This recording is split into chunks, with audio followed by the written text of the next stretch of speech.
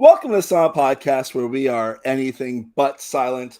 And we are here today for a movie special, which I've been wanting to do for so long because I love movies. I am Mark. I am one of the Silent Podcasters that are here today. I'm also joined by fellow Silent Podcasters, Sarah. How are you today? Hi, everyone. I'm good, thank you. And Julia, how are you? I am great. I'm so excited that Mark and I are doing this at 10 p.m. while Sarah and Eden are doing this, I think, at 2 p.m. their time. So I think I'm just excited to nerd out about films with other Survivor fans. I thought you were nerding out about time zones. I mean, you should have seen me trying to figure out time zones tonight after having a very stressful 4 days. I'm like, yeah, this is great. Greenwich Mean Time. Oh, I love it. And of course, I'm so unbelievably excited to introduce joining us, probably the most famous Survivor movie nerd out there right now, for sure. The man who did charades on the island. The man who did the best charade I've ever seen on Twitter. That took me 20 minutes, and then Mike Bloom and I were texting, and I'm like, oh, and then Mike Bloom responded, the one, the only, Eden Porter. How are you? Thank you very much for having me, guys. So excited to be here with you tonight, and thank you so much for inviting me on.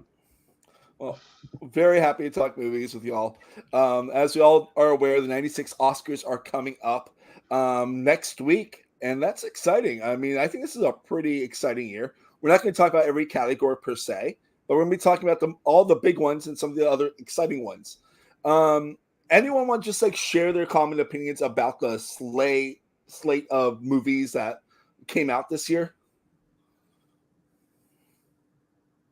Okay, I'll jump in. Yeah. Obviously, I've working in the cinema industry for the last 21 years. I've seen a lot of trends come and go, and it was very rare to see two films of such varying degrees of genre and interest coming out at the exact same time and going head to head. And so this is the year of Barbenheimer. It is. It blew all the cinemas away. It was some of the busiest times we've had in the last pre-pandemic, definitely, and it was amazing, and I thought it was great. So many people were doing the double feature. I'm sure a lot of our listeners were doing the double feature when it came out, and I couldn't be more happier that there were two films that did so well, that were so different and hit so many different demographics and genres. It really blew me away. It was a great year for movies this year. So this is my my Halloween costume was Barbenheimer. Yeah. I wore a pink jumpsuit and a black vest and a hat, but most people thought I was a Barbie cowgirl. But I was like, no, this is the most culturally important moment that happened in 2023. Why do you still think I'm a cowgirl? I think it's an interesting time in Hollywood. Fun fact for the listeners: I actually work on AI policy. And Tyler Perry was talking about how he was about to expand his studio $800 million, but he stopped it because seeing OpenAI's Sora come out really scared him. And so I feel like at the time that Barbenheimer came out, that was actually at the height of the writer's strike and the Screen Actors strike, right? And actually there wasn't that much new content coming out. There's a lot of remakes coming out. And so I definitely think it was a time where it's wow, original films. I mean, yes, Barbie is from, Mattel and Oppenheimer is based off of a book, but I think original films that aren't remakes, that aren't sequels, do have a high. And I think this is my first time actually watching all of the Best Picture nominees. I think before doing this podcast, I only had watched 6, but I feel like 2023, the caliber was really high. Because I was looking at the slate, up until 2016, and I was I feel like maybe only 1 or 2 stood out, but now getting to watch all 10, I just feel like there's so many just amazing films and stories that were being told. And I don't know if that's because I actually took the time to watch all of them and then could actually appreciate them rather than just going off of what the social media discussion was. And I'm excited to get into my impressions of watching the actual movies versus the social media discussion around the movies, right? The category, it's too big. 10, too many. Get rid of 4. I am not a crackpot. It's weird. Come on, edit. You've got editors in the industry. Edit. Yeah. I'm sorry, I think it's crappy. It would be sad for the 4 that wouldn't be on, or the 5 that wouldn't be on.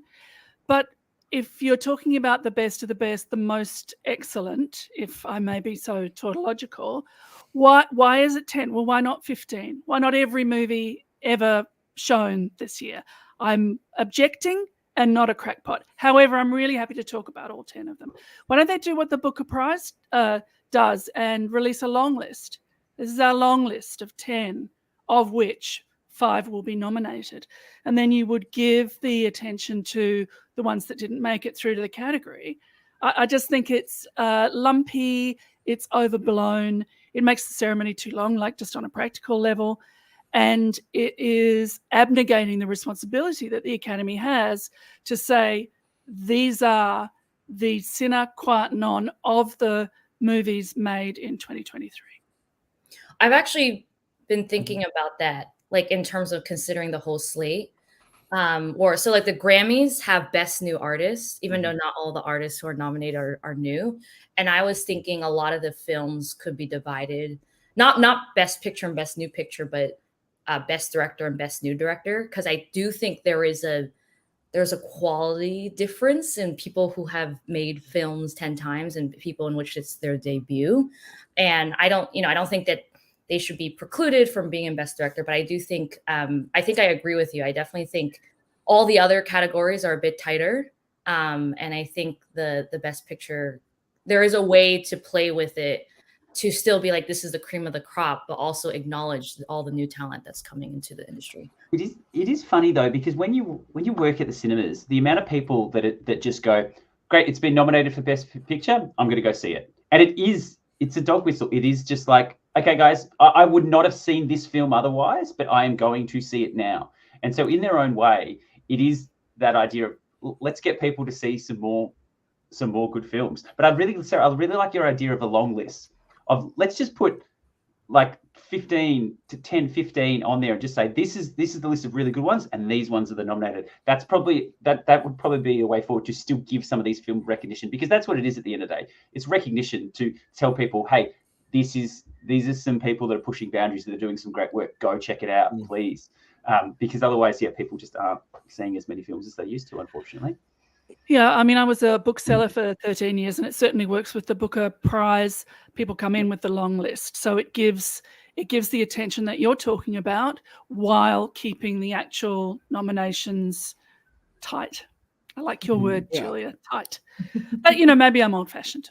Well, I actually, like, it's weird because, like, as a person that tries to do the Oscar death race if they can, and I was successful this year, and I'm very happy about that. Congratulations. Thank you. It's like that thing of like, man, I never heard of Io Capitano, but like, I'm happy I saw it because I was trying to do the Oscar death race. And I think that's a really cool thing about, and of course it's a smaller category, like where there's only 5 nominees, but I don't know. It's like that thing of like, I'm happy that they try to go disparate when they can. But also it's that thing of like, it is great that like people are seeing movies like Past Lives that they might not have seen, because of it's on that list. And that's a movie that like I chose, I feel like was probably on the Academy's lower half of the 10, although for me it's in the middle-ish. Should we start talking about nominees? Take us away. Yeah. All right. So I separated these by categories because it felt like the smartest thing to do. I wanted to start with a nice, easy category, best song, because this is always like one of the more fun, interesting categories. Plus, you get Ryan Gosling singing and dancing at the Oscars this year. So we have The Fire Inside from Flamin' Hot, Diana Warren's song, because she always has to have a song in the Oscar nominees. I'm Just Ken from Barbie. It Never Went Away from American Symphony. I'm going to do my best to pronounce this. Waza Hazi, a song for my people from Killers of the Flower Moon. And What Was I Made For from Barbie. I ran out of space, which is why it just says, what was I made? But how do you guys feel about this? Like, because I know, like, basically a precursor, Barbie always got 3 slots. It was also Dance the Night Away, also there. But like, I think this is a pretty interesting category. And I feel like it might just really come down to the Barbie songs. But I mean, like, John Baptiste's song from American Symphony is amazing in my personal opinion. But what are you guys feeling about with this category? I don't care about this category. Sorry, everybody. It's there. Why don't they all just win? They can all win. Sure. Because songs in movies that aren't musicals, to me, are like, what are you doing there? Are you replacing an emotion that should have come through in the writing of the script and be performed by the actors? At times I'm annoyed by a song because it tells me what to think and feel, rather than allowing the film to do it. I'm not talking about any in particular for this one. So I don't have a horse in this race or a dog in this fight. So I'll let the three of you discuss it. But if I was going to pick one, I'd say, I'm Just Ken. Of course. It's so fun. Well, it's fun. And it also has a place in the movie. Mm-hmm. Like dramaturgically, it has a place in the movie. Narratively, it has a place in the movie. So that's what I'm talking about when it's a musical. It is integral to the story. So I would go for I'm Just Ken, but that's a very surface discussion of the category, which I'm sure others will have deeper thoughts on. Yeah, I thought it was interesting as well because there's a bit of a hole this year. There's always usually the strong animated song from the big animated picture of the year. But really the animated category didn't really fall into that bracket this year. There was no big Disney push through Elemental, but that didn't really light anything on fire in terms of any songs or anything like that. But that's usually where I go for the best original song. I think that does a lot in animated films for me. I think that works well. But does this not feel like let's just put all the Barbie songs in here because hey, we didn't nominate Greta, so you can have best song. It just seems I don't know. It seems a bit of an overkill to choose the best song from Barbie. I think it would be a better philosophy there. I do really like I'm Just Ken in terms of how it suits the narrative of the film, and I the only other one that really stands out to me is the A Song for My People as well from Killers of the Flower Moon. I felt the atmosphere of that film, that forebodingness of what was that? I feel that really came through. I thought that was a really interesting take as well in terms of this song. I just watched Killers of the Flower Moon today. Can you guys remind me when that song comes through, or is that the background music? No, there is. It's the sort of the native song. It's in language. Yeah. So it's hard to. Ooh. Okay. Exactly. I would have to just look it up again. I apologize for that. Yeah, no, I think this category exists for ego or EGOT, right? And ego. Yeah. I think you were right the first time. Yeah. It's for right. I think most EGOT winners are musically inclined, but if they can't act, this is how they get it. I also, if people know more about how the categories work than I do, I don't know if the nominees are determined by only the people in the industry, in the branch. I was just reading that Oscars has 17 branches, and I don't know if for each category only the branch members can vote, or and then Best Picture is the one where all the branches can vote.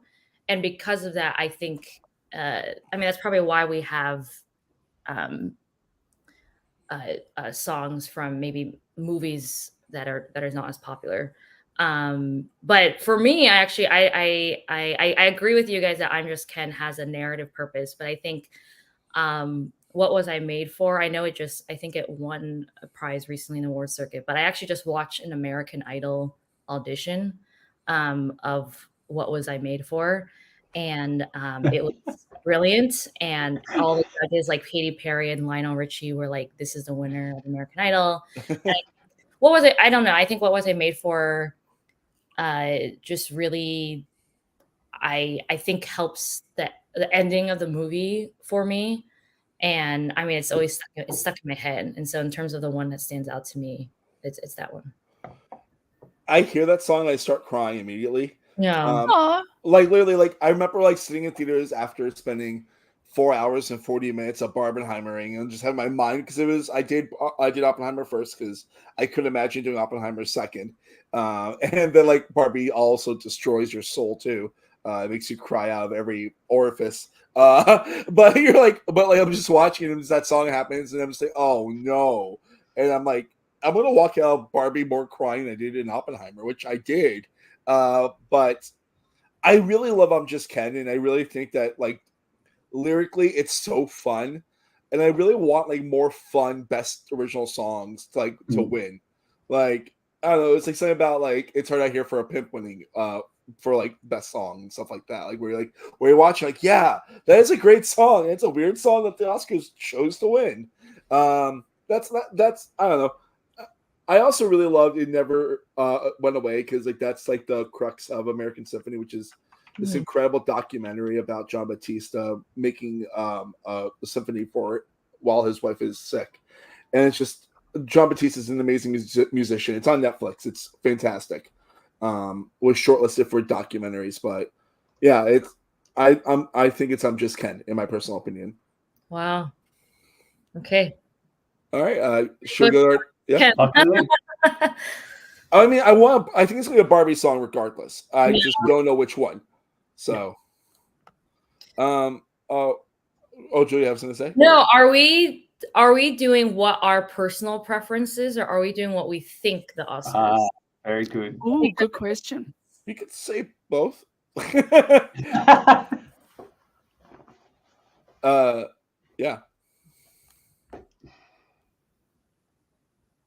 Okay.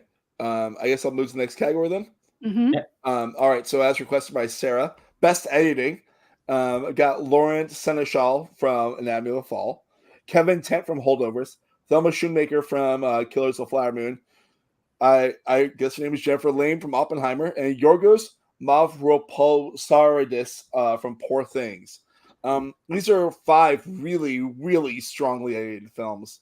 I think the narrative of Oppenheimer doesn't work as well if it wasn't as edited as tightly as it was for the 3 hours. For me personally, I think this is one of the categories Oppenheimer has a very strong chance of winning. 100%. I 100% agree with you. Yeah. Like, it's, you watch that film and it very easily could have fallen into, not that Nolan would ever do this, but in someone else's hands, it could have fallen into a very systematically put together film. But I don't know.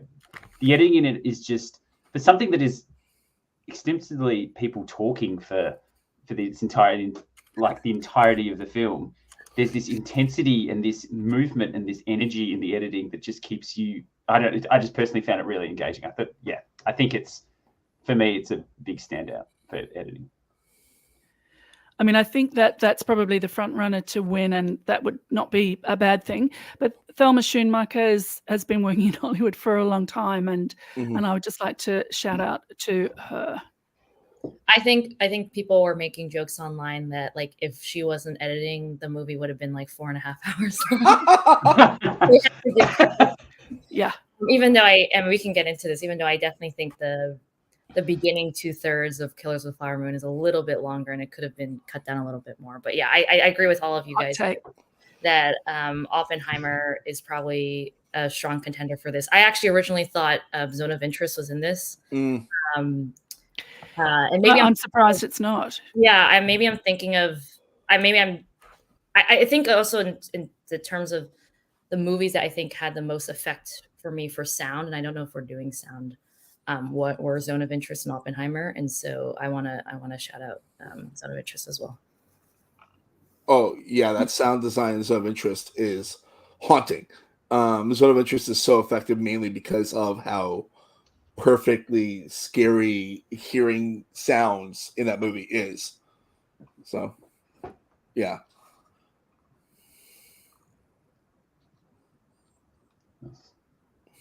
Yeah, I think that's a lock. I think we're all. I asked Mark. I asked you to put this category in to be discussed. Not that we've said a lot about it, and I don't think a lot needs to be said. But editing is so crucial, so crucial. It can make not just only films but performances. People who can't act, for just behind the scenes, people who can't act very well are made into wonderful actors by great editors. And I mean, I continually shout out the Australian Survivor editors. They are and story producers, because they're so good at telling a narrative out of reality, which is stupid. It's why biopics don't work, because it's not made for a story, right? It's just this happened, then that happened. But the Australian Survivor editors, and I'm on record, are just so good at taking you through the story. And this is often seen as, what great direction. Yes, it is, but you've got to look behind at the craftspeople who contribute. So when you said, just the top categories, I said, please put best editing in there. Yeah. Really just to shout out all editors. 100%. Also, it's fascinating that all these movies are at least 2 hours and 10 minutes long. Wow. Like, Holdovers is the shortest, and they're all about 2.5 hours a piece at least. Wow. So it was a category I'm always happy to talk about. I always thought was Shoemaker, this would be her 4th Oscar, I think, and all of them incredibly deserved. So. What else has she made? Or she's Scorsese's main person. Oh, got it. So, okay. Like all the way back to like Casino and stuff. And Raging Bull, she won and such. Yeah. Okay, best international features, our next category. This one I feel like will be another quick chat, since I feel like only a few of us have seen multiple of these. But Io Capitano, which is from Italy. Perfect. Well, it's in Italian. It's hard. It's weirdly complicated because this doesn't make sense how this category is. It's Italy submission. That makes sense because it's not in Italian. Perfect Days, which is Japan submission. But it's from a German filmmaker. Society of the Snow, which is Spain submission. The Teacher's Lounge, which is Germany submission. And Zone of Interest, which is UK submission. In German. In German, yeah. I want to shout out a movie that really blew my mind when I saw it. Finally, The Teacher's Lounge is such an amazing potboiler of like a 95 minutes of like a teacher dealing with the bureaucratic bullshit of being a teacher and like dealing with the kids, dealing with the parents, dealing with the school system. And if that movie was made, like if that movie, I'm so scared it's going to get like an American remake and it's just going to become like a really, really bad, horrible, like pay it forward type film, where you're just like in pain watching it. I really highly recommend this film. I loved this movie so much, but I mean, for me personally, I think The Zone of Interest is a movie I loved so much and I will never ever watch again. For me personally, I think that's the best of that's going to win this category. Society of the Snow is absolutely incredible, and if listeners want to hear more, first of all, watch the film. Please. And then you can listen to Chappelle and Rob and Mari and myself talk about it on Nothing But Netflix, which we did a couple of weeks ago. And I mean, we all have such different tastes and takes, and yet all of us were completely in on this movie. 5 stars. It's visually incredible.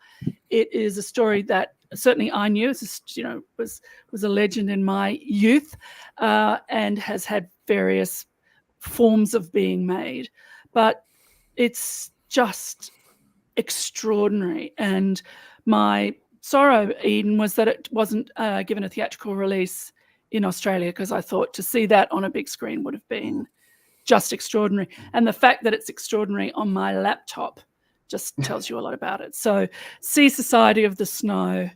There's nothing too gruesome. You've convinced me. Yeah. Yeah, look, unfortunately, I just haven't the international features this year. I just haven't got around. I haven't got around to them, unfortunately. But yeah, it definitely sounds like some interesting content there that I'll have to check out. You know that American films are international for us, Eden, don't you? Just saying. Yeah, where's the Australian category? Yeah, exactly. That'd be great. Like Australian cinema is awesome. I don't love y'all's horror as much, except for Babadook, but that's my own personal take. I love Babadook though. Oh, have you seen a film? Did you ever see a Australian horror film called The Loved Ones? I'm gonna have to check it out then. If you're It's recommending, really- I'm gonna watch it. No, well, no, I'm only saying it because I was in it. I played a zombie. Basically, it's the story of this like family who kidnaps young men to lobotomize them in their basement so they can pretend to go to their prom with his daughter and be like the perfect boyfriend. And I played a zombie for all of 2 minutes, locked in a basement. Very fun, full prosthetics. Like I had an entire chest cast done, concave chest, hair. I had dreadlocks down to my butt. It was a very fun experience, a little Aussie horror film there, The Loved Ones. You should see an Australian film called Accidents Happen, starring Gina Davis, because I was in that one. Yes, here we go. Get the old IMDb I didn't have credits out. prosthetics, but I did have a beehive. And then Julie just drops like another Australian movie, even though she's in America. Mark, have you been in any movies? I have, but not in Australia, not Australian films.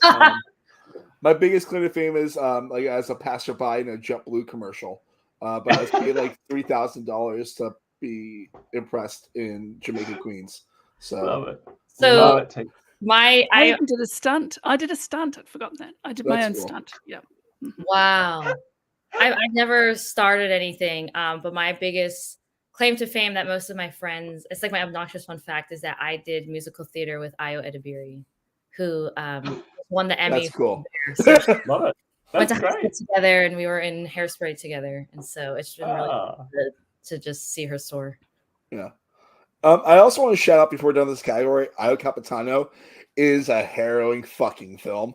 If you want to see two guys trying to go from, I believe it was inside Senegal, from there to Italy to get free, to like have a better life. That's like one of those movies you just watch. Like, this is rough, but like it's a really good movie. It's a really good category this year. Like the only happy movie of these is like Perfect Days. So, Wim Wenders made a happy movie about a guy cleaning toilets in Japan. Talking about happy movies, weird transition there. We're gonna drop into an animated feature, which not that many of these are happy. We have The Boy and the Heron, Elemental, Nimona, Robot Dreams, Spider-Man Across the Spider-Verse. A really great, strong category this year, I personally think. From what it seems like, it's really down to Miyazaki's potential last film, The Boy and the Heron, or Spider-Man Across the Spider-Verse, which the first one did win the Oscar. I also hope that there's a chance that Robot Dreams wins, because that movie is literally adorable kind of kid version of Past Lives. And I cried harder than I did in Past Lives. But it's not going to win, Mark. It's not going to win. I wanted to. A I dog know, and a it's robot not becoming going friends. to win. I agree with you. I think it's a great film, but it's not going to win. It's so good. It's the boy and the heron. It's that old look. One last Oscar. And the fact that Spider-Man, the last one, won it last year, I think that actually hurts this one winning it this year. Even though Across the Spider-Verse is an amazing film. Like, I love it that animation now we've finally got to a period where people are now taking risks with animation again. Like, I'm not sure. Did you guys see the Teenage Ninja Turtles? Yes. Like, it was literally like just interesting. Like, everything that all the overlays. Like, I just really loving this resurgence of we've gone past the Pixar. Let's make everything look sort of the same and realistic and everything like that. We're going to this point now where it's like post realistic looking stuff, and now they're going back to, let's make things look like you're literally reading a comic book. Let's like rip apart this concept of, we've got to make it look as real as possible. I just think it is really fun, those films, but because the last Spider-Man it's only one, I think this one is going to go to The Boy and the Heron. And the other thing is, how come Sony can make really good animated Spider-Man films, but they can make trash fires of Spider-Man universe films? Like, it's absurd. I don't know. Morbius. Someone enjoyed Morbius at some point, probably. Yeah.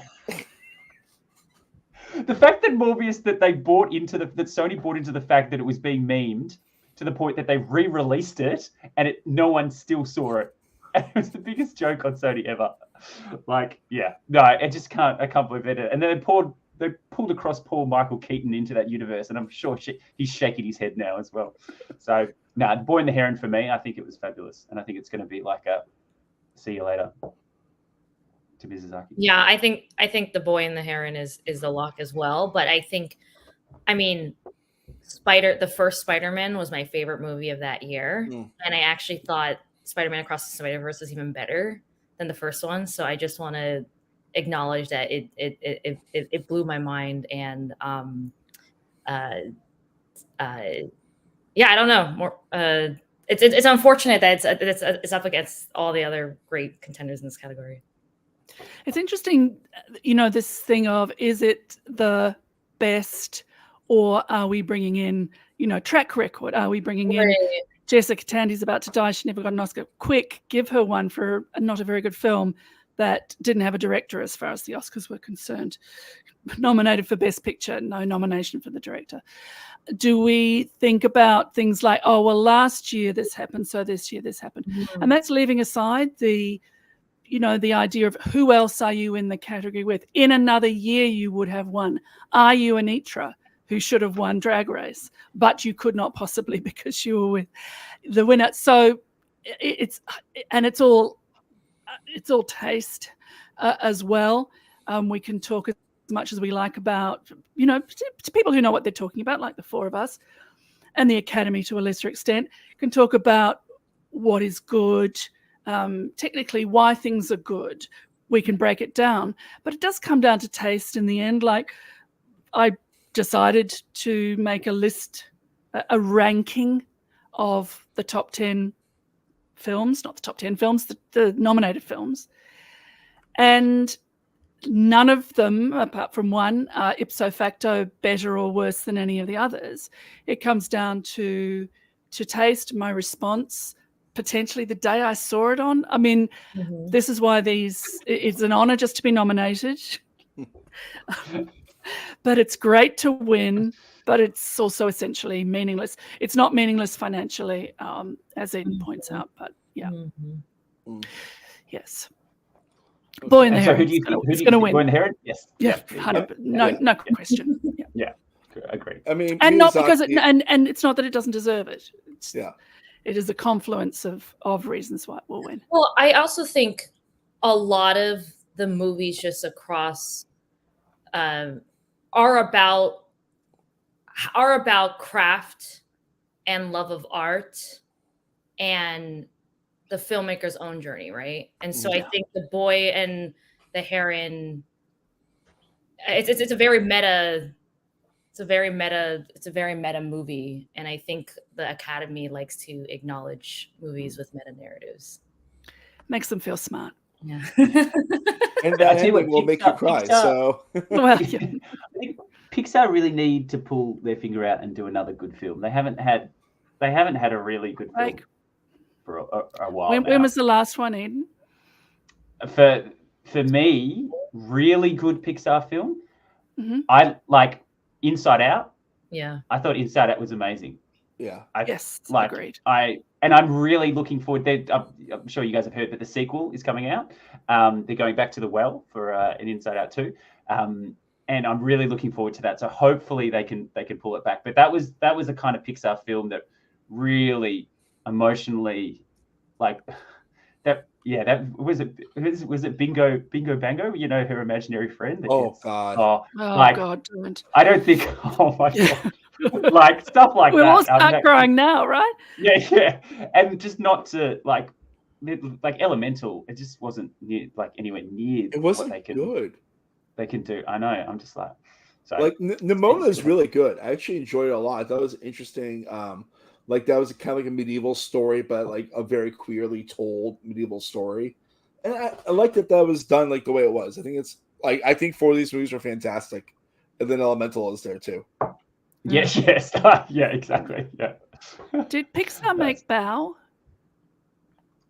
The short that was the short one. Yes, they did. Yeah. That was that Bao was like perfection. Was Absolute perfection. All right, so now we are on to our next category, which is going to be adapted screenplay. Okay. The one with a category fraud, in my personal opinion, because you One of them is not adapted. Yeah. Well, we got American Fiction, Barbie, Oppenheimer, Poor Things, and The Zone of Interest.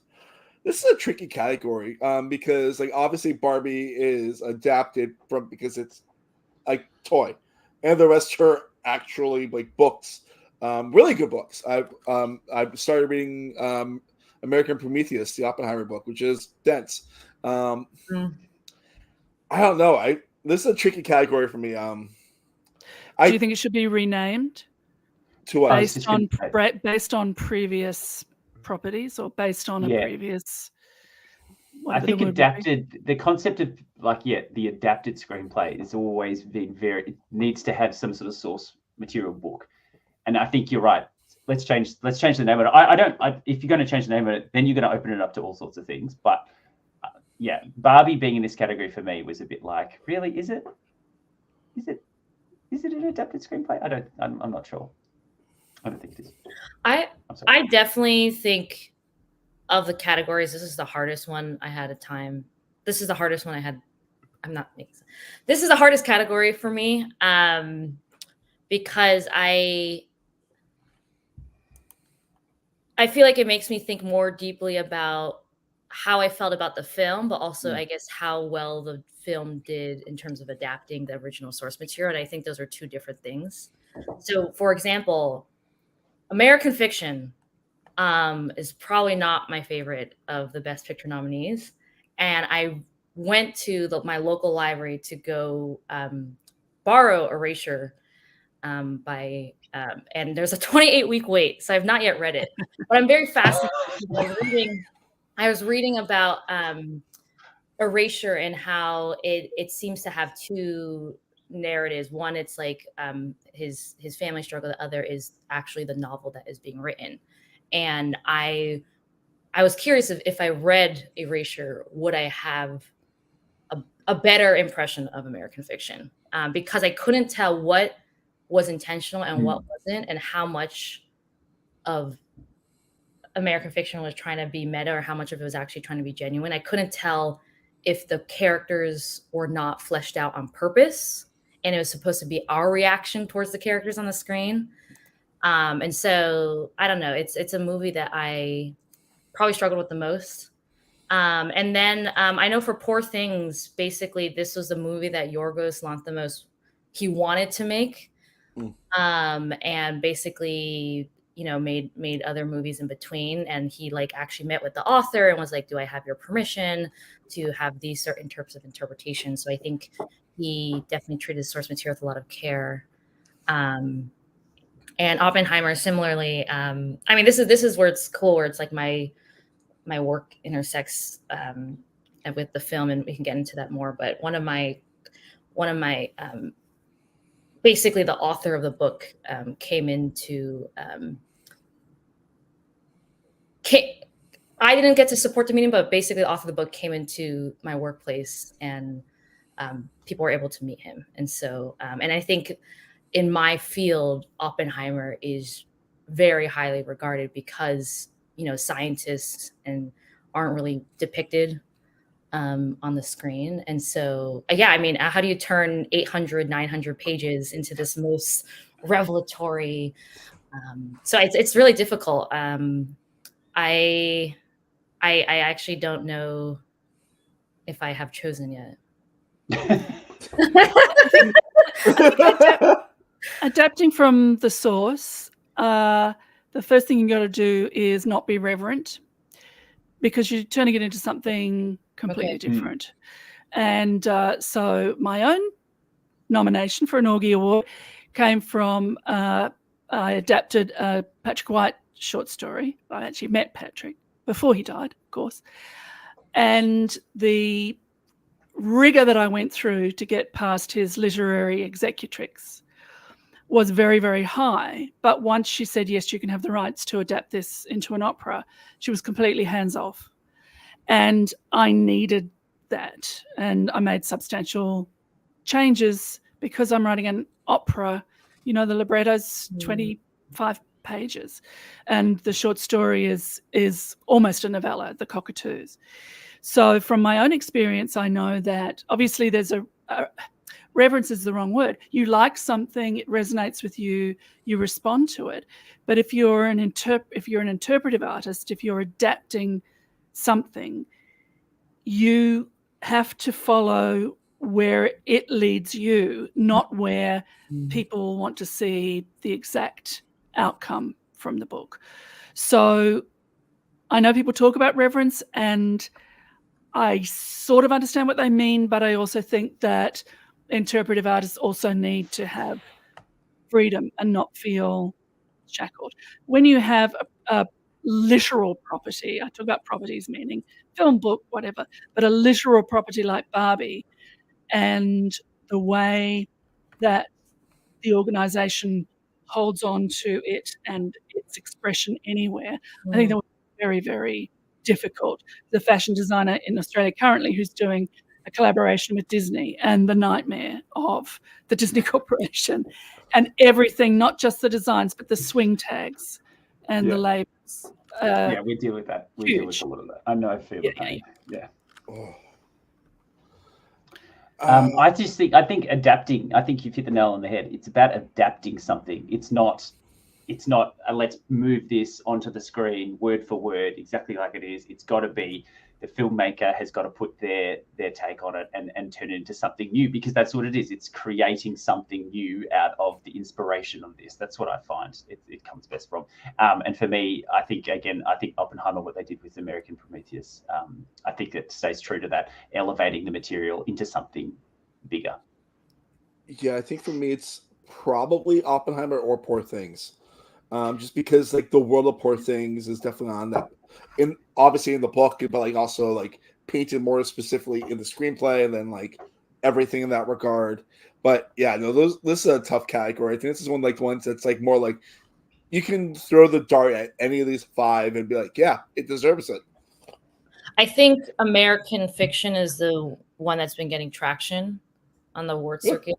But also, I mean, this wasn't on the nomination list, but what Sarah was saying makes me think of all the discourse around Mean Girls the musical, how the subreddit is going, it's like, this is not what it was in the musical, and like they've left all these things out. But I don't know, I had fun, I enjoyed it. I think it was a great adaptation of the movie that I remembered. So yeah, thanks for sharing that.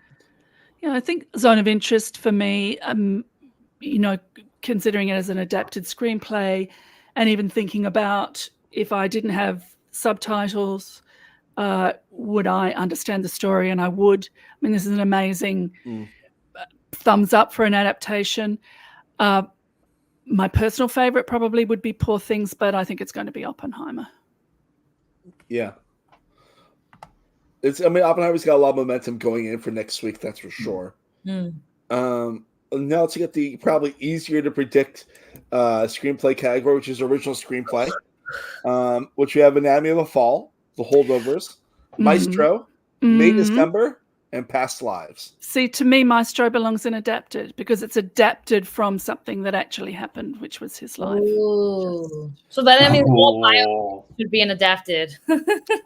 Say that again? Does that mean all biopics should be adapted? Yes, every single biopic. Well, if we decide to change it. May December, though, where it's like very loosely based on something. Well, you could call that the category. Anything to very loosely based on. It's something like from another source. I think, Eden, you said the word source, and I think that's such a great word. However, I'm not going to quibble. I'll surprise you by saying I'm not going to quibble. I was going to say Past Lives is autobiographical. Well, yeah. I think Anatomy of a Fall is just a masterpiece. Yeah. And I don't know, I don't think it's going to win, but for me, it's head and shoulders above the screenplay of the others, not necessarily as a film in toto, but the screenplay of the others. Anatomy of a Fall is extraordinary. It's meditation. It's a discomfort. It talks about language. It talks about language as well, how we talk to each other, what we expect, that extraordinary long scene of the argument that he records. And it's about English being this clumsy middle ground that isn't right for anybody. And I just thought, oh my God, you sing it. You know, I mean, I love the English language. The English language is my bitch. I can make it do whatever I want. I'm a writer. But in terms of colonization, in terms of like, there's just so much that this film is about. And when the boy is blind, we're spoiling everything, aren't we? When the boy is blind, I thought, oh no. And yet the integration and the essentialness of his blindness informs the whole film. Then we talk about blindness. What did you see? What did you hear? What do we all see and hear? The complexity in the story without smelling its own farts is an absolute masterclass in writing a screenplay. And I thought the film itself was also a masterpiece. But I don't think it's going to win. Who do you think? Is that your natural reaction to anyone that's blind in a movie? It's like, oh, here we go again. Yes, it is. Come on, Ray. Come on, Ray. Take off your glasses. It's the same thing I was talking about, you know, the shorthand of putting sob music or a sobby song to make you feel a certain thing. It's like, oh, he's blind. She's got one leg shorter than the other. What was that made for? No, was a made for. Yeah, so it was only momentary, and then I saw the essentialness of that trope. Yeah. But yeah, mostly I go, I look, Anatomy of a Fall, I think is absolutely fantastic. I think it probably will win.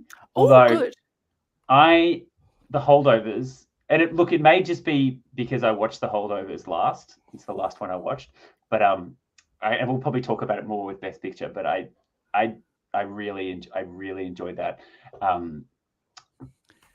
But I just think from where the Academy is at the moment, I think it could go to Anatomy of a Fall because I don't think it's going to win anything else personally.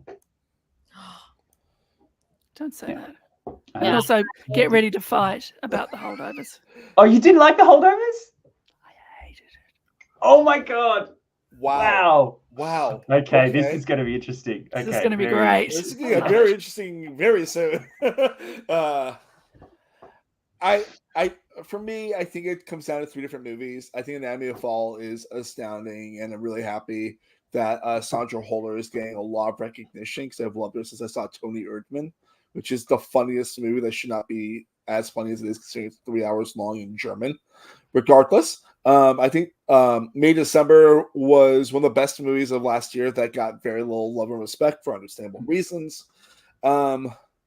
I think I'm with Eden here, though. I really think Holdovers really has a strong chance. I love the storytelling. I think the way that it conveys 1970s, late 60s feels right for, I mean, I was not even close to alive at that point. My parents weren't even married or anything at that point, but it just like, it feels very authentic to the films I've seen back then while not being like pandering in that regard. And the dialogue in that movie is just so fucking hilarious. Like everything that Paul Giamatti says in that movie has me cackling or crying. I think it's also interesting what you said, because the Academy likes certain things, and there's so many non-American movies, non-American artists, non-American actors in all the categories, that I think sometimes the Academy is going to hold on to something that's very American, and The Holdovers is it's so very American. I think they might feel able to vote for it and able to make a judgment about it. So I won't resent it if it wins, but I hope you're right, Eden. I hope it's Anatomy of a Fall. Just before we go further, Mega Man fan 1012 said, "Make the English my bitch." Was crazy. I'm dead. Laughing my ass off. What about you, Julia? Yeah, I don't have anything to add. I think it's Anatomy of a Fall. I just feel like anyone who actually took the time, I think the concern is if people watched it, and I think anyone who took the time to watch it would vote for Anatomy of a Fall. Great poster. Oh, the best. Oh yeah. Yeah, and I think make that a category, best poster. Yeah. Yeah. Love that. Can I tell you what I'm I really love that. sick of? It's two actors' faces close up, and often the names are very annoying because you put the biggest name first, but it might be over the other actor. It's like, you're not telling me anything about the movie. And then you think about old posters and old graphic posters that are just like extraordinary.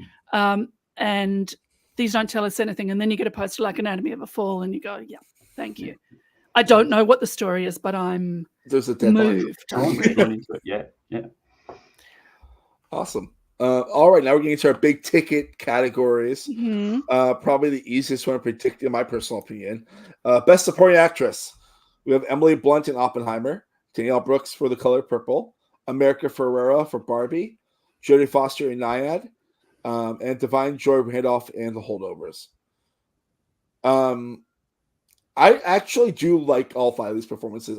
I thought Nyad could have been a lot better of a movie, but I really thought Jodie Foster actually did deserve a nomination. That's my personal take there. But Divine Joy Randolph literally just steals every second that she's on screen in The Holdovers. Yeah, Emily Blunt. I'm sorry. I don't know about you guys, but I just don't think Emily Blunt did enough in Oppenheimer to bring her to the level of some of these other nominees. Nolan's not great writing for women anyway, and I feel like that comes through. Sing it, brother. Yeah. But yeah, Divine Joy is. I really think she's the standout in this bunch, and she's going to take it home. I thought she was fantastic as Mary. Agreed. I mean, I'm sure we all like America Ferrera, but that's the writing. She did it she performed it very well, but the elevation of that performance is through the writing, whereas I think Divine transcended the script. I thought she was just absolutely incredible. Absolutely incredible. Standing shoeless in someone else's kitchen. It's like, just, yeah, agreed. Yeah. Yeah, I think this is just something that I feel like this is a lock for her. I have seen her in Only Murders in the Building and High Fidelity. And Divine Joy Randolph usually plays these really big, she's usually the comic relief.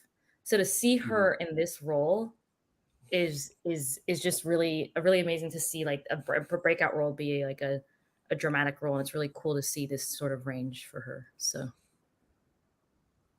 yeah. All right. I guess next is Best Supporting Actor, which Sterling K. Brown, American Fiction, Robert De Niro in Killers of the Flower Moon, Robert Downey Jr. in Oppenheimer, Ryan Gosling in Barbie, Mark Ruffalo in Poor Things. I remember walking out of Oppenheimer being like, yeah, Robert Downey Jr. just won his Oscar. He should have gone for Avengers Endgame, in my personal opinion, because I think that Iron Man was incredible in all those movies.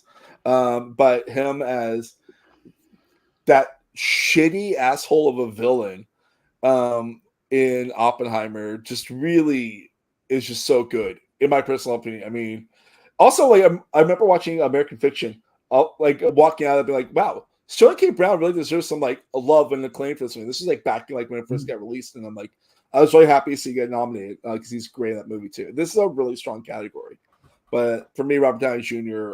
runs away with this.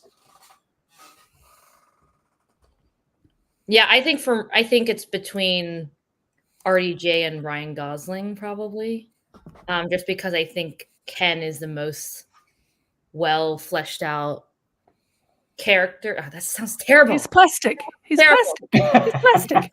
But I think Ryan Gosling does a great job as Ken. But again, I think Robert Downey Jr. was just fantastic in terms of that shift from like, oh wow, I think this is a person we're rooting for, to like, oh no, actually he's a villain. It's interesting. Sterling K. Brown, I love him as an actor. I really struggled with his character, and sometimes I'm like, is it because I don't like the character, or is it that I don't like the performance, or is the actor so good that I don't like the character? Or is it the writing? And so I just feel like he was I feel like his character, not the performance, was a little bit stereotypical, and I felt like the writing was a little cliche. And so I think he's just an all around great performer, but I don't know if this was the role to be nominated for. Yeah, I Yeah, think I- that's I- really insightful. I agree. I think Robert De Niro was a little I don't know. I think his narcissism and delusion is pretty funny, but it's a kind of one note performance. And then Mark Ruffalo again, like, you know, a comic performance, but again probably not as the same level as yeah. I don't know. I think RDJ is probably just a cut above the rest. I think the thing with Sterling K. Brown, I found that I don't know. He just went from very much like he had an anger that I didn't really see where that was coming from a bit of, and then he just turned it. There was a lot of scenes in that where he would just, it just didn't quite flow as a performance for me, and I didn't sort of see it the whole way through. But it's interesting to see Robert De Niro. When he cares about something, he can still put on a performance. Like I've been so just sick of him churning out bad grandpas and dirty grandpas and like all of this like crappy, just nothing. Like it's just so depressing. And then you see him that he can do something like this, and The Irishman as well. I'm not sure what you guys thought of that, but at least you can go, oh, hang on, you can still care about stuff, and you can actually put on. I thought I didn't think he's up to the level of some of the other guys in this, but it was just interesting to see him really trying in a film for once. I think Robert Downey Jr. I think it's going to be one of those. I still think he was very strong in this film. I think it's going to be one of those Oscar legacy, like, hey, you've done all this. Personally, he should have got it for Kiss Kiss Bang Bang. I thought Kiss Bang Bang was such a good film and such a good like comeback for him. So I think this is going to be seen as that, and tacketing it, putting it as part of the Oppenheimer push at the moment. I think he's got a really good chance. Ryan Gosling, I thought was fun, and he brought a lot to the character of Ken that I think other actors may have missed in a similar portrayal. Yeah. So I think he did a lot with the material. Now you could tell that he really enjoyed it. And Mark Ruffalo is fine. Like it is what it is. It's a fun comedic character. You got to play around with the material a bit, but I think Roberts. That's where the I totally wish Rami Youssef from Poor Things got nominated instead of. I was big of Willem Dafoe in that movie too. Also. Yeah. Oh yeah. There's a lot of great performances in that. Yeah, I really liked Mark Ruffalo's performance. The lack of vanity in it, I thought was that is a good description. Yeah, love it. Just fantastic.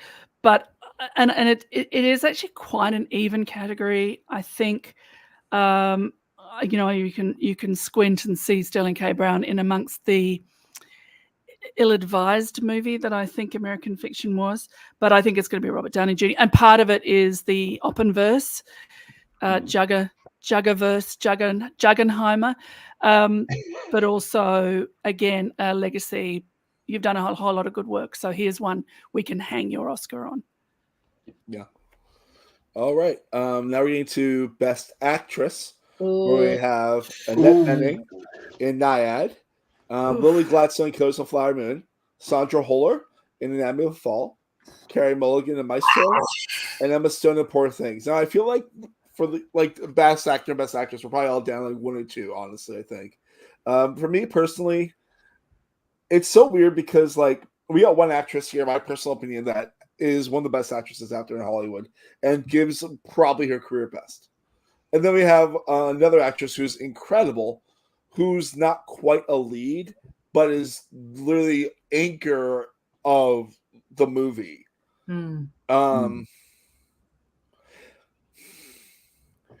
With that being said, I mean, obviously, in my personal opinion, it's down to Emma Stone and Lily Gladstone. I think I'm going to have to, just because it feels like it's going this way for me, I think Lily Gladstone, Killers of the Flower Moon, is going to win an Oscar. Wholly deserved. I just feel like it's in the wrong category. Because she literally, I saw this thing like where it broke down like how much every actor is in their movie, and like time. And like so like hers, she's in the movie for like an hour, but it's still a 3.5 hour movie, so it's like 25%, and everyone else is like 40%. Like Emma Stone's at like 70%, but it's Lily Gladstone. Like the movie is such a weird movie because it's all about like like it deals a lot of like the white guilt and who tells the stories and stuff like that. And her being such an amazing performance and being like the face of the movie, I feel like she's a really good winner for this film. This is such, I unfortunately didn't watch Naiad, but this is such a tough category because I think every single one of these actresses has an argument, but I think this is a category where it's like, where does the Academy see itself forward, right?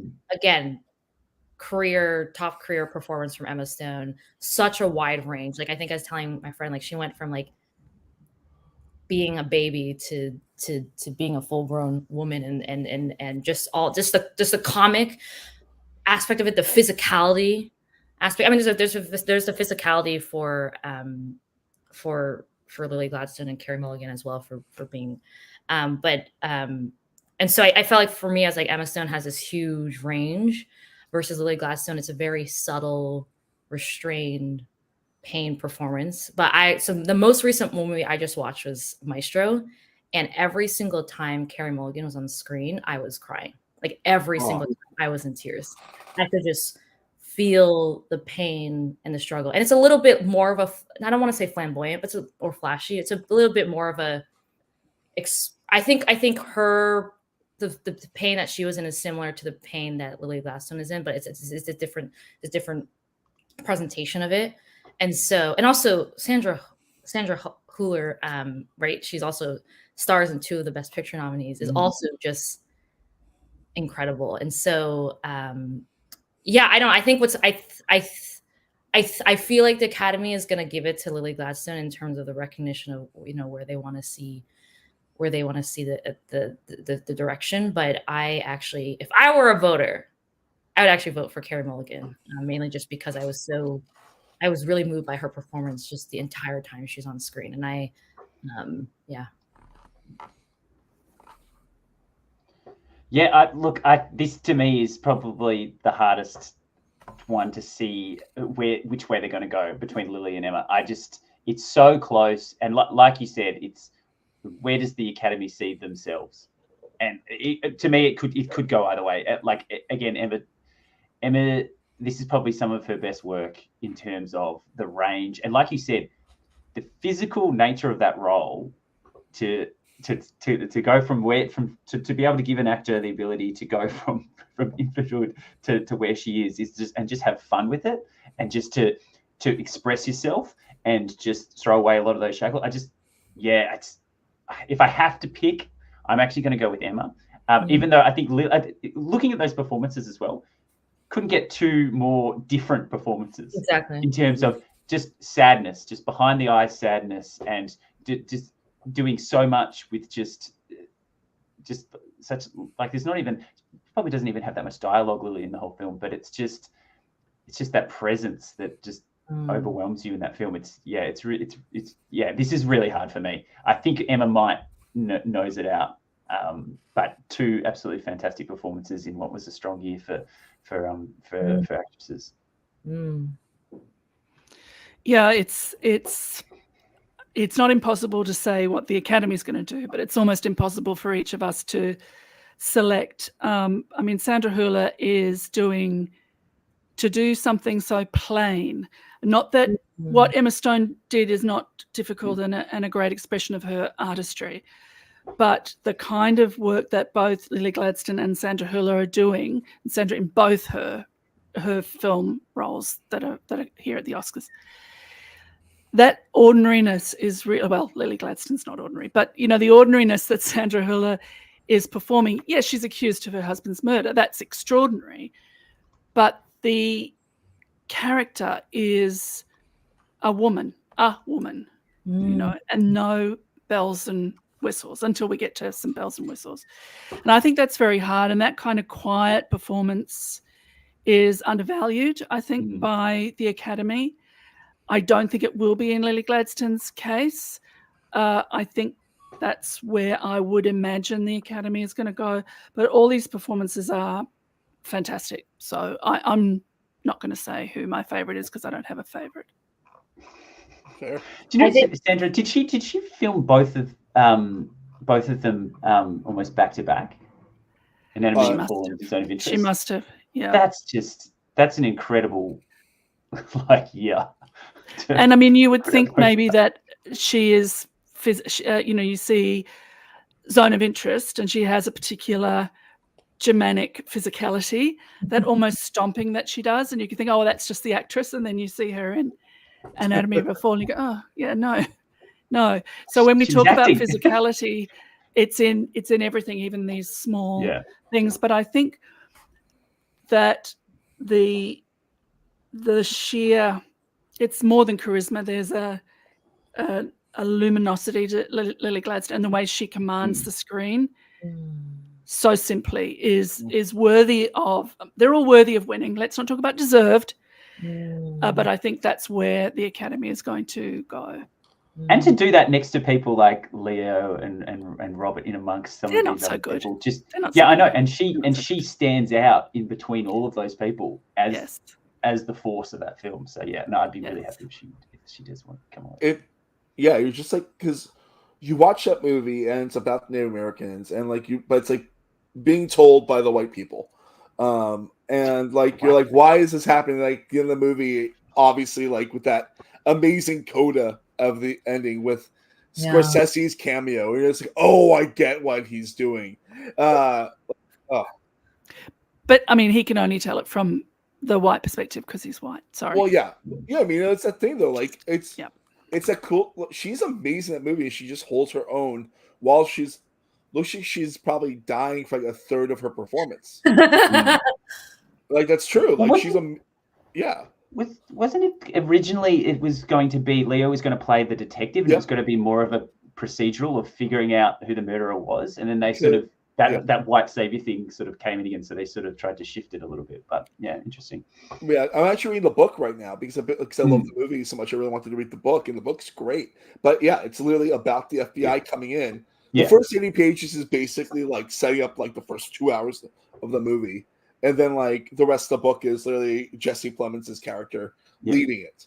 The book is in the canon for true crime. Yeah, fantastic. Yeah. There you go. You're reminding me that it should be surprising that Killers of the Flower Moon wasn't nominated for adapted screenplay as well. It was a strong category. That's probably why. But I do agree that it is a very great script. All right, Best Actor. Bradley Cooper in Maestro, Coleman Domingo in Rustin, Paul Giamatti in The Holdovers, Cillian Murphy in Oppenheimer, Jeffrey Wright in American Fiction. Now this is as strong as the actress category is, this is not so strong to me. Even though I like these actors, I love Paul Giamatti, which is why it's surprising that I do not like The Holdovers even slightly. I love him and I love everything about him. So, again, as I say, quite difficult to make me dislike a movie he's in. I think Cillian Murphy's intriguing. He's always very, you want to look at him. He's got that face. Mm-hmm. He's like, you say to the camera, just stay on his face. That's all I want. Bradley Cooper, again, it's a flashier performance.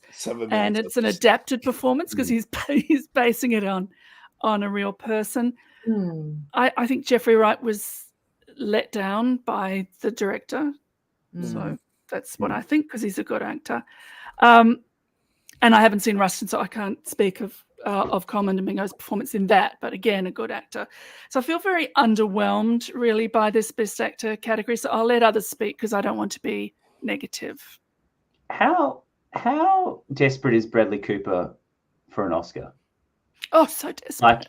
He's so he really wants it. He wants it so bad.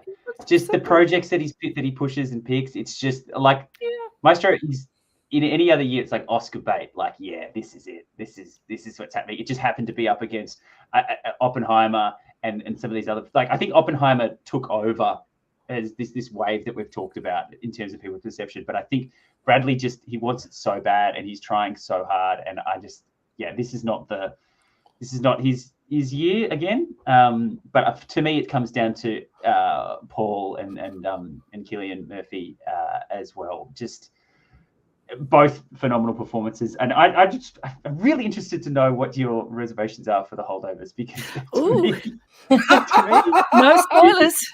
it was so, No spoilers. Wait till we get to the category. Okay, we'll wait till we get there. I thought I agree with your analysis of Jeffrey Wright, because I've seen him elevate things and really, I actually do think he's phenomenal. But in this, I just was okay, Monks. This is where he's at. I just a bit more pedestrian in terms of an overall. Oh yeah, such a good word. Yeah. Yeah. But I think it's Cillian Murphy for Oppenheimer. I think what he does and how he commands the space and how he brings Oppenheimer to life, and that torment, and that he does so much in that film. I think it's absolutely amazing, and I think he will definitely take out the prize. Yeah, Cillian. So my vote goes for Paul Giamatti, and I think it's because, so much of the movie features Paul, versus I think the reason why I think Cillian Murphy also has this sort of subtle range that he has to play across the movie, but I think it's harder because there's just so much happening and so many other peoples and all these bizwang literally that I'm trying to think of like which actor centers the film, right? And to me, it is Paul Giamatti. And actually, again, I think we all are in agreement about American Fiction. I was like, if Jeffrey Wright wasn't in that role, could I even watch this movie? I think Jeffrey Wright, what made I feel terrible because Cord Jefferson is one of my favorite writers from Watchmen, but I think Jeffrey Wright made the movie bearable. I think someone like Monk is just very difficult to play. Right, he's a misanthrope, and so originally I was like, I was like Jeffrey Wright after Paul Giamatti, because versus I don't know, the word that comes to me when I think of Cillian Murphy's performance, it's like he is the canvas or the base that everything else plays against. And I know the movie is called Oppenheimer. I know he's the person who stars in it. When I think of that movie, I don't think of him. And I think that actually that's kind of an issue. I don't know. Yeah. And actually I was like, if Bradley Cooper got nominated for Maestro, I did like Leo's performance in Killers of the Flower Moon. And so I think it should have been in there as well. But yeah, my vote's for Paul Giamatti. He just I don't think anyone else could deliver the lines that he could, with such a serious face. Penis cancer. Everyone's thinking. I think Leonardo DiCaprio, it was like too much acting. There was just too much acting. There was a lot of acting in that movie. That's true. At all. And I think for him in particular, just too much acting. Yeah. Oh man, this category is so fascinating to me. I literally have gone back and forth as a seesaw between Paul Giamatti and Cillian Murphy like so many times about this category. I actually traveled 2 weeks ago and watched Oppenheimer the opposite way that you should ever watch it, on like a small airplane screen. So it was like 3 inches. Get your phone out. Yeah. Like basically, yeah, like with like crappy headphones on, and like it still blew my mind. And like then I watched The Holdovers with my fiance's family, and like it blew my mind. And like literally these are two amazing performances from two great actors that everyone seems to love. So it's like win-win for that. Also, we gotta shout out Coleman Domingo, one of the best Broadway actors out there in New York. And Rustin is not a good movie, but it does a really good job of making it as good as he can. Because that movie is literally like pure Oscar bait, in the worst way possible. And it sucks that I say that, because I think it's a fantastic idea and story. For me, I think the Oppenheimer wave is going to be too much for anyone to stop it, so I think it's going to be Cillian Murphy. But I'm very, very happy with either of them winning. We're calling that the Juggenheimer. Yeah. Okay. Director. You got Justine Triet for Anatomy of a Fall, Morris Scorsese for Killers of the Flower Moon, Bradley Cooper for Maestro, Christopher Nolan for Oppenheimer, Yorgos Lanthimos for Poor Things. I I don't see anyone easily winning this that's not named Christopher Nolan, just because it's his vision. And somewhere Bradley Cooper is going to find a movie that he can conduct for 15 minutes instead of 7 minutes straight. But I remember watching Maestro, just like, oh my gosh, this one shot and like literally the camera does not stop moving. Whatever, it doesn't matter. I do like Maestro. I need to let that be known. But Christopher Nolan really it was like, you don't want to give me an award? Fine, I will make you have to give me an award with Oppenheimer. Yeah, I think it feels like every single part of that film is Christopher Nolan has had his DNA put into, his fingerprints on. Every single aspect of that feels like he's had, and that's really, from a director's perspective, you can't have more. You can't have a more Christopher Nolan film. It just, yeah, I think this is a runaway. I don't think anyone else can beat him in this category at the moment. In terms of vision, look, I agreed. In terms of vision, I think Justine, the integrity of that film, in other words, that all parts are integrated, is like Nolan, but different. I won't say courage, because everything takes, like getting up in the morning takes courage, but the holding on to what it was that needed to be done for that movie is faultless. It never falters. The last images are just extraordinary, and it's not a jump scare. It's like, this is what it was all along, didn't you know? It's like, yeah, we knew, but thanks. So, I mean, I think as a director, and in separating this out from the performances, although the director and the actor works together, and the director casts the actors to some extent, but the integration of all the elements of a film, we do have to lay at a director's door. And so I think Christopher Nolan and Justine Triet are the best directors of those movies, are the best directors in this category of the movies they are nominated for. Yep. That way. That makes sense. Thoughts, Julia? It's interesting because I think all 5 of these Altiers, they're all writer-directors, right? Like Justine wrote the screenplay. Maybe Yorgos did not write for Poor Things, but he it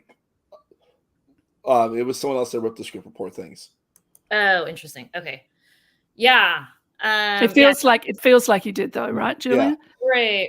Yeah. No, I think again, I think I agree with everyone else that Christopher Nolan is gonna take this away. But it's interesting to compare. It's like, is this the most Christopher Nolan movie? Is this the most Martin Scorsese movie? Is this the most like Yorgos movie? And just to compare them with each other, but also to compare it to their previous work, I think is an interesting exercise.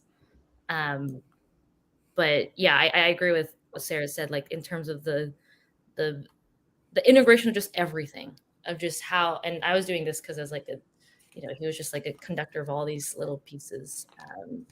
I think he's a lock for that category. I think you're just doing a Bradley Cooper impression there. But. Right. Someone's off camera just being Carey Mulligan. Yeah. All right. So best picture. We've got Sarah's ready. We got American Fiction. I'm not really. This first of all, Sarah, first of all, you wanted to drop 4 off. Yes. Oh, sorry, Mark. You go ahead. I'll announce them first.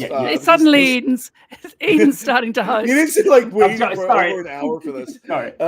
We got American Fiction, Anatomy of the Fall, Barbie, Holdovers, Killers of the Flower Moon, Maestro, Oppenheimer, Past Lives, Poor Things, and Zone of Interest. Which 4 are you cutting, Sarah?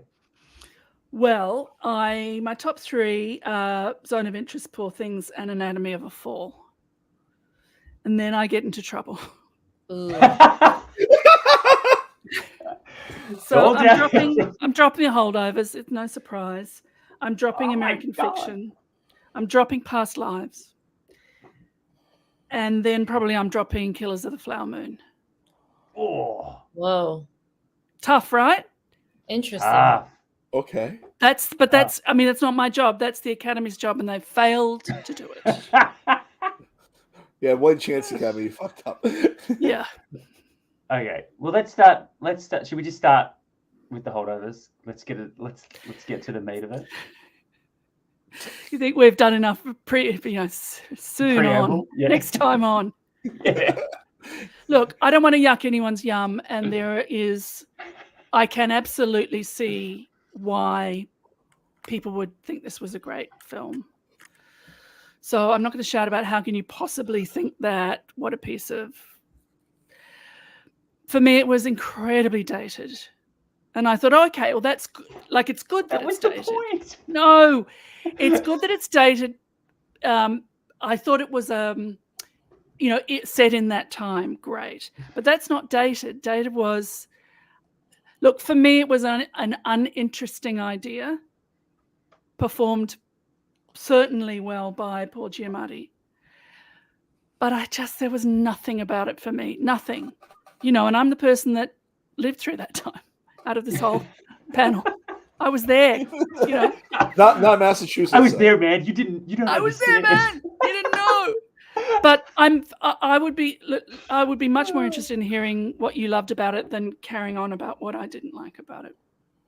It's so funny. It's almost the things that you didn't like about it I really liked about it. I think, Mark, you mentioned that the period nature of it and how they set it up right from the very start, where they have the old Universal like logo from the 70s, and they set it up, and at no point during that film did I think I'm watching a 2024 film.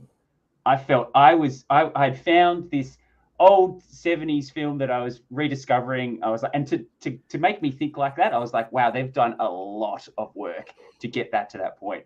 I thought everything that Paul Giamatti says and how he approached, I think the script was absolutely fantastic. And you say the concept is sort of like not interesting and boring.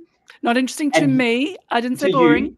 I said not interesting to me. Not interesting to you. But I think going into that, I think there would be a lot of people that would feel that way. Be like, if that's the story, rah, rah, rah. And yet, I watched every single second of that film, like mesmerized to it. So to take a concept like that just, to me, that says a lot about a film, that they can take something as banal as people being left at a university over a 2-week period, and to create something that literally had me transfixed for the entire time. I was like, yeah, they've done a lot. There's a lot of moving pieces to this, and even like the supporting performances in that film really make it such a small cast. Mm-hmm. Everyone is bringing their A game to it. There's no one that is going through the motions. I just really connected with it. I thought it was fantastic. I think it's a really strong film. It's just interesting that you can have that's why I love movies. Yes. But if you want to talk about elevating the banal, Zone of Interest is a completely banal subject. Yeah. A man goes to work and his family stays at home, and he comes home and various things. Yeah. Like nothing happens. Not even various things happen. Like literally, it's banal. Just clouds of smoke and some ash. It's a movie about nothing. So I know that Zone of Interest is a movie about nothing, but I did not view it as a movie about nothing. No. I was just taking the word banal and just, and the banality of evil, as we all know. But keep talking about the Holdovers, because I believe every word you're saying. It just didn't. I grew up in Boston.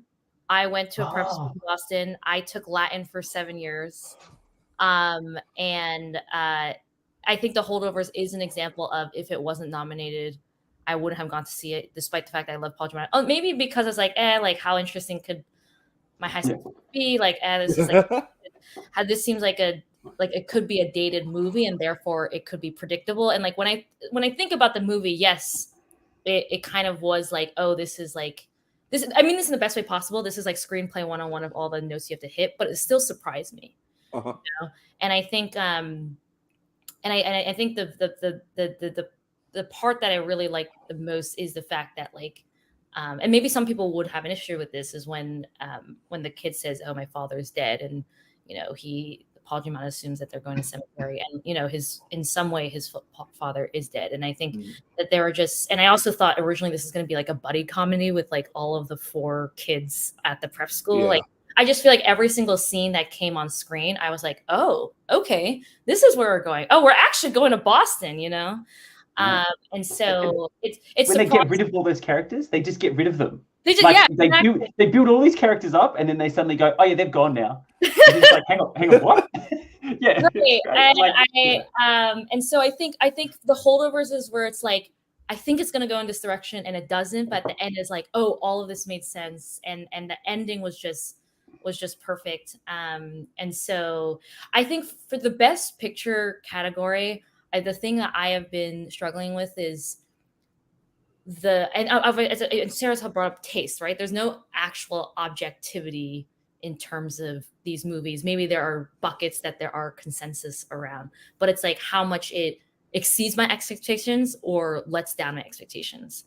And I think The Holdovers was a movie that exceeded my expectations, because you think it's going to be one thing and it's actually another thing, but it actually is exactly the thing you think it is. I don't know. But I think the 2 movies for me that like were a huge letdown, and actually were the 2 movies I was most excited to see, were like American Fiction, because I love Cord Jefferson, and it was Past Lives. And I'm actually trying to rewatch Past Lives to be like, is this an expectation thing, or is this what the material is in front of me? And so, yeah.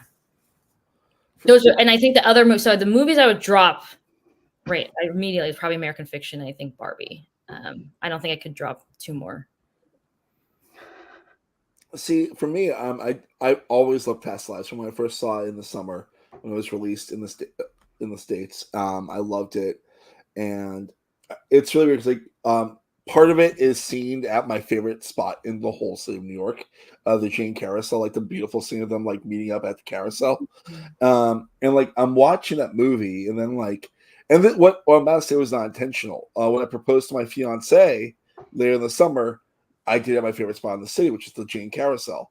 So rewatching Past Lives yesterday, while like it being slow at work, I'm like not crying, and that seemed like an hour in that movie. I love Past Lives. I think Past Lives is like a perfect, beautiful movie where like, are they gonna get back together? But like obviously they're not, because they're like adults that are very happy with their lives to a certain extent, just reminiscing.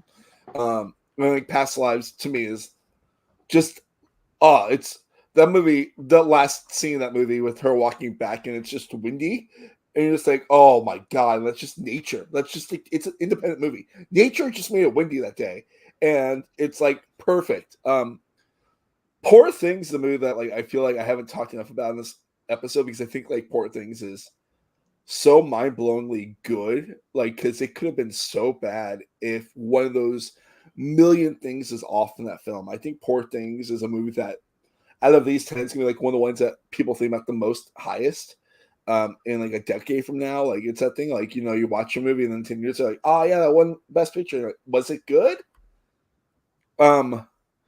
I think Oppenheimer definitely has the win, and I think it's good that it has the win at this present moment in time. Like there's scenes in Oppenheimer that I don't know how to shake. Like the celebration scene, like with the gym, and like how you hear the stomping throughout the movie, but then like the part that horrified me to my soul in that movie is when you hear everyone cheering, and then the camera cuts all the sound except for a person screaming in agony, right when that woman starts screaming it, and I think that whole sequence is amazing, and I think Oppenheimer is a pretty good representation at this present moment for what 2023 was in film. So that's where I think Best Picture is going to go. But I really wanted to shout Past Lives because that movie is in my heart. And I have rewatched most of these movies again. I've seen Barbie like 6 times because my fiance loves it, and I do too. Barbie's hilarious. I love, like, Barbie hits me like all the weird spots. Holdovers I've seen 3 times. My dad looks like Paul Giamatti in that movie for some weird reason, and I took my dad to see it for Thanksgiving. It was really funny watching him in theaters, watching a version of him. I saw Maestro a second time because I liked it the first time. Oppenheimer I've seen in every format possible. Past Lives watch multiple times. Poor Things I watch multiple times. Zone of Interest I will never watch again, but I loved every second of it. I hate saying love. I'm Jewish. I'm not going to watch that movie again. The movie was great. But yeah. Yeah, see, I was let down by Poor Things. I love The Favorite. I've loved like Lobster. I feel like Emma, it's like Emma's film, and she is incredible in it. She's really good in it. But I don't know whether I was wanting more from it at the end. I felt somewhat let down. I think I was because I had big expectations coming into it as well. Are you nodding?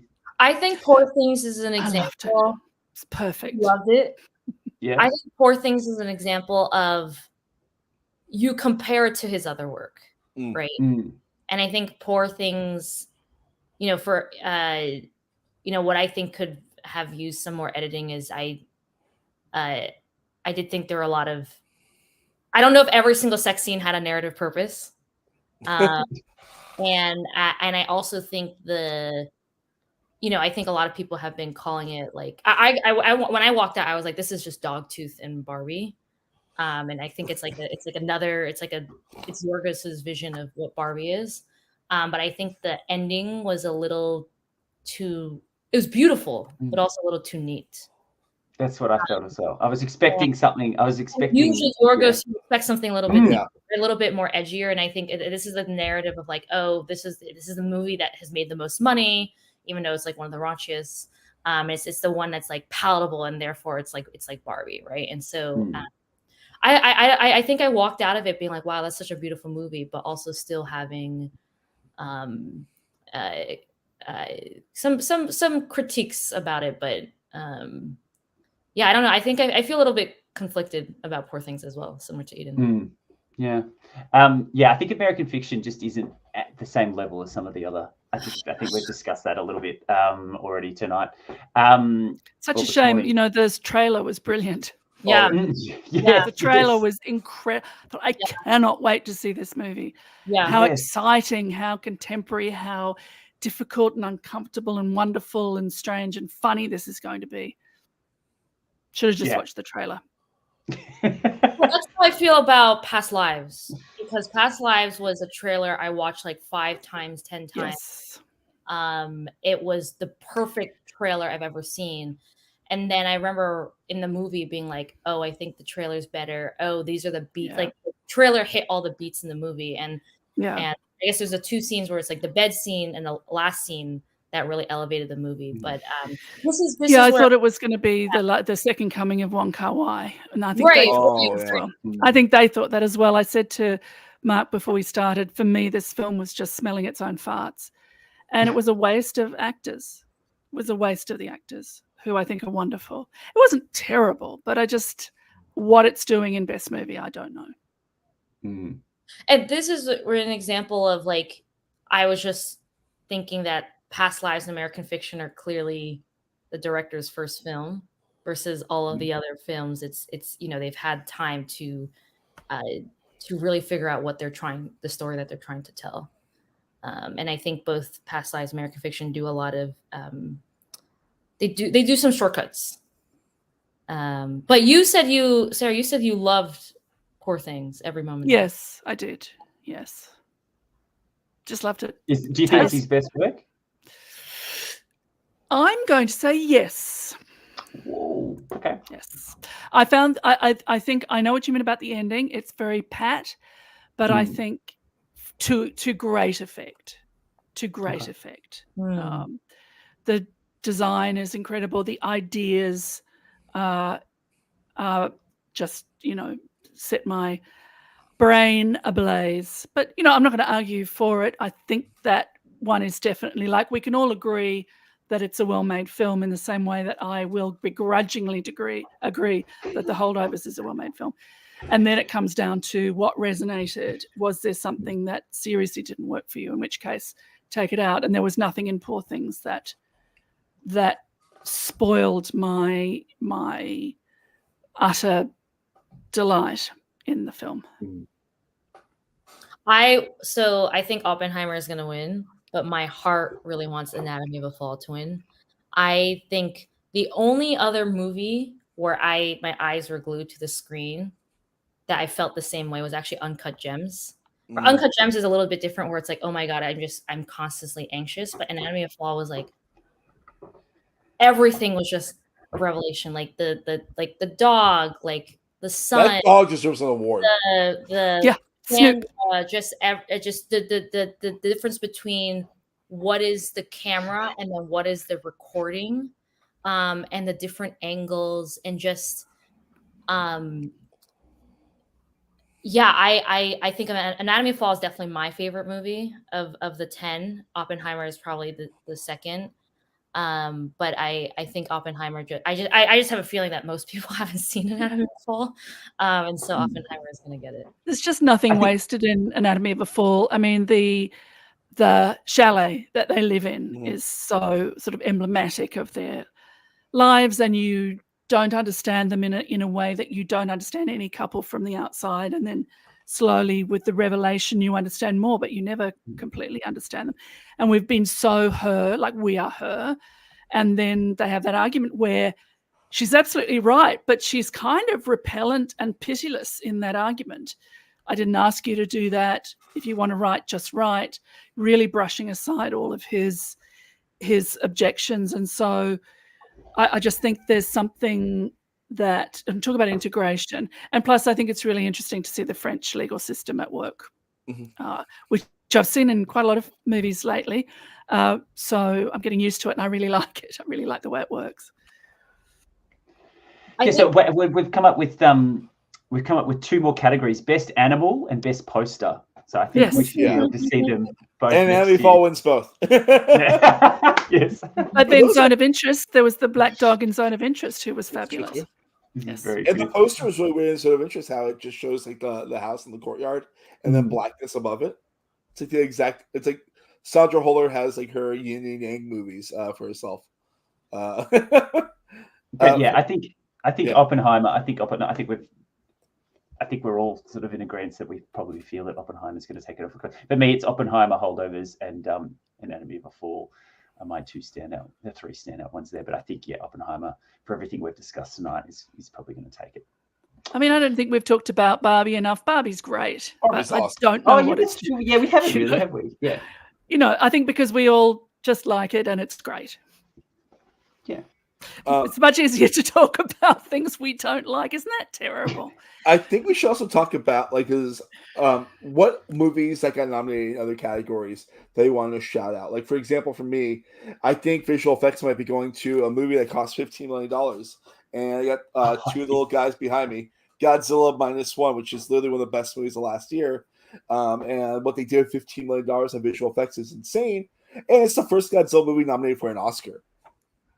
I could not agree with you more. And this just shows you when you've got enough. It doesn't matter how much money you've got. If you've got enough time, you can just you can actually do a lot. And you've got passion there. And it's not. There are films with $250 million budgets that don't look half as good as the visual effects in Godzilla. It's amazing. It's absolutely amazing. Yeah, that should win hands down. It's for people that haven't seen it. It's awesome. I don't know if it actually got nominated in any of the other categories, but one of my favorite movies of the past year was All of Us Strangers. I missed it. It's on Hulu now. Yeah. I think maybe it's the same level as Anatomy of a Fall. Yes. I think All of Us Strangers is, I don't want to like the better version of Past Lives, but I think Andrew Scott's performance, also for screenplay as well, has similar themes to Maestro. It's just, I think that was probably one of them. I totally thought it was on the list, and then I saw that. I kept forgetting it wasn't on the list. I kept looking for it and going, oh well, that's one I can tick off because I've seen it, and it was just nowhere to be seen. I think the conception of the movie, I know some people are annoyed about it. I just thought it was perfection. I loved it. Another thing I want to shout out, because if I don't, my nerdy heart will explode. The fact that it looks like Wes Anderson's probably going to win another Oscar for short film with The Wonderful Story of Henry Sugar. Henry Sugar, yeah. Actually, no, it would be his first Oscar. Yeah, Wes Anderson making short films. Who would have thought that would be great? Yeah. What's the time limit for a short film? I think it's like 45 minutes or so. Okay. Some of the documentary shorts are close to that length, if I'm not mistaken. It's so weird because like the documentary feature category was absurd this year. Like there's this movie, 20 Days in Mariupol, which is about a journalist that was like in there during the start of that war, and just it's intense. Like the documentary features are a lot more intense than the documentary shorts, which is normally opposite. So, also, did you watch? Have you seen that? Which one? The Life of Henry Sugar. I did. Yeah, they showed it in New York it. in the theaters. Oh yeah. They might have it on Netflix. I'm not sure, but like they released it on Netflix and had like 4 other shorts by Wes Anderson on there too that were also really good. And do they all look exactly the same? Yeah, of course. It's Wes Anderson. I will not stand for any defamation of Wes Anderson. No, I love Wes Anderson. I love his style, and I'll see his films every day of the week. But it is the running joke. Yeah, I do like the short for his horror movie that SNL did. It's very funny. Oh yeah. The trailer. Sorry. In the old days, we used to call the trailers the shorts. Shorts, yeah. I was like, what? Got to see the shorts. Sitting there with your chalk top. Anything else you guys want to shout out Oscar movie wise before we start getting ready to wrap up? I think we hit on everything I wanted to hit on. I think it's also really cool that Jared Hess and Jerusha Hess are Oscar nominated for short. Those are the people that made Napoleon Dynamite, which shaped my comedy since back when I started college. And I almost got directed in a commercial by Jared Hess, where I was in the callback for 45 minutes, and he gave me the most specific directions I've ever had in my entire life. He's like, turn your head 67 degrees and say this line with less energy, please. And it was the most intense callback ever, and it was for a lottery commercial for New Jersey. But he was like really nice, and I'm really happy that he's got an Oscar nomination now. So. Look, I'm a director as well, and I can tell you a secret. It's just to see if you can take direction. They don't care about whether it's soft or not, or 67 degrees. Can you take direction? What I love is saying to people, great, can you do it like this? And then they do it exactly the same way. And you go, thank you very much. Cool. I take direction. That's what it sounds like. You can take direction. Yeah, you can take direction. So that's like a huge tick. You know, they can say do it standing on your head. They don't ever want you to do it standing on your head. It's just, can you do it? I think Ridley Scott did a similar thing to Russell Crowe in Gladiator, where they did the first, like the scene of like the bird. He goes, okay, there's a bird flying next to you. It's going to land here. Then it's going to do this and this. And then he just did it exactly like that. And Ridley Scott, we're going to get on great. Awesome. So I'll be Gladiator 3 is what you're saying. Yeah. Yes. I love it. Okay, cool.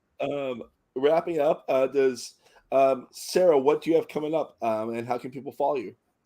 The people can find me if they'd like to do that on Twitter at Sarah Carradine. Here on Silent Podcasts, I am covering Australian Survivor, Titans versus Rebels. Heard of it? Never. Week by week, the latest week just ended. I discussed with Omar Zahir. We had a good time talking about all of that, except when we cried because of the boot order. But that was just, you'll have to listen to hear for that.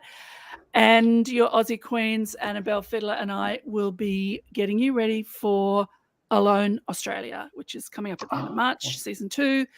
We're going to be covering season 1 in groups of episodes week by week and talking about the upcoming cast. And of course, every week over on RHAP, Reality TV Wrap-Ups, you can hear Murray Forth and me talk about, Murray Forth and me talk about documentaries and docuseries on true crime at Crime Scene, SEEN, your True Crime Tuesdays. Thank you, Mark, for inviting me on this panel. Really good. Mr. Organ, I was listening to that today, your Mr. Organ episode. Oh, Mr. Organ. I love that documentary. David Farrier is amazing. That movie is horrifying. Horrifying, yes. Julia, how A very can people follow- divided panel. We had Mark Blankenship on, and we were an extremely divided panel. Eden, you would have loved it. the divided panel, I mean. Matt Is it- from Spyro? No, Mark Blankenship. Not Black. I really don't want to see Sarah and you just go at it for like 8 hours about the movie The Holdovers. That's what I just want now. Julia, how can people follow you? Anything interesting coming up? Unfortunately, I am not online. I have not logged onto my Twitter for like 2 years. And I think maybe people can find me on Facebook. If people still use that. I'm Julia Pan on Facebook. I know I just messaged Mark on Facebook today. But no upcoming things. I think I'm gonna be listening to Sarah's podcast. I did not know all the extensive coverage that she does. Yeah. Awesome. Eden, how can people follow you? You can check. Yeah, definitely. No, thanks, Marky Mark. So you can follow me on Instagram at EdenPorter1 and on Twitter just at Eden Porter. You can also follow me on YouTube under Game Boys Comedy. Me and my brother have a comedy duo that we do. So for those in Melbourne, Australia, for the Comedy Festival, I've got a show coming up with my brother. It's called Escape to the Megaverse. That'll be opening on the 11th of April. For a week and a half as part of the Melbourne International Comedy Festival. So if you're in Melbourne, where are you playing? At Trades Hall, we're playing. Oh yes, yes. Trades Hall. Yeah. Yeah, I did the International Comedy Festival 20 years ago. So me and my brother. Nice that you're keeping the fires going, right? Like before you were born. Before you were born, Eden, I did the. Back in the day. Yeah. We've done it for about the last 10 years. We've done a different show every year, so it's really fun. But of course, continue watching Survivor: Titans vs Rebels. It's a great season so far, and I think it'll only get better despite my absence. But really fun, guys. This was so much fun. I had a ball. Thank you so much for inviting me and reaching out. I really appreciate it. I love talking about Survivor and movies and anything. So, absolutely. Do ask me to come on anytime, my friends. Yeah, no, thank you for joining us. I was like, I'm gonna ask because I know I tweeted at you a couple times and you responded, and I'm like, you know what? I'm gonna just send an Instagram message, be like, hey, I really enjoy you, which is like you're literally in my top 10 players in Australian Survivor. Like that's real. Like, wow. Come on. I love Harry the Ice Cream Man. I'm sorry. Well, I'm sorry. Then he's in the top 2. Okay. I'll tell Haley she's not my top. She's not my top. Top 3 then. Okay, 3. All right, whatever. He's in my top 3. No, I love it. Whatever. Regardless, I'm happy that we were able to finally talk movies. People can follow me at MarkLevy85 on Twitter and Instagram. I've been doing a lot of movie reviews on TikTok as Movie Mark, and people seem to like it, which is nice. So if you want to follow there, I'm now doing lives, which is cool. I believe I'll be covering the Amazing Race Exit Press for Sound podcasts when that returns in a week or so. Haven't heard confirmation about that, but hopefully we'll be there. And if Lego Masters America comes back soon, I'll be podcasting Josh Kettles. Regardless, thank you guys so much for coming and being here for this. Oscars do air on March 10th at 7 p.m. Eastern American time. That day, hosted by Jimmy Kimmel. Almost said the wrong Jimmy there. Almost said Fallon. That would have been weird. But regardless, thank you guys for tuning in and have a great day. See you at the movies. Ooh.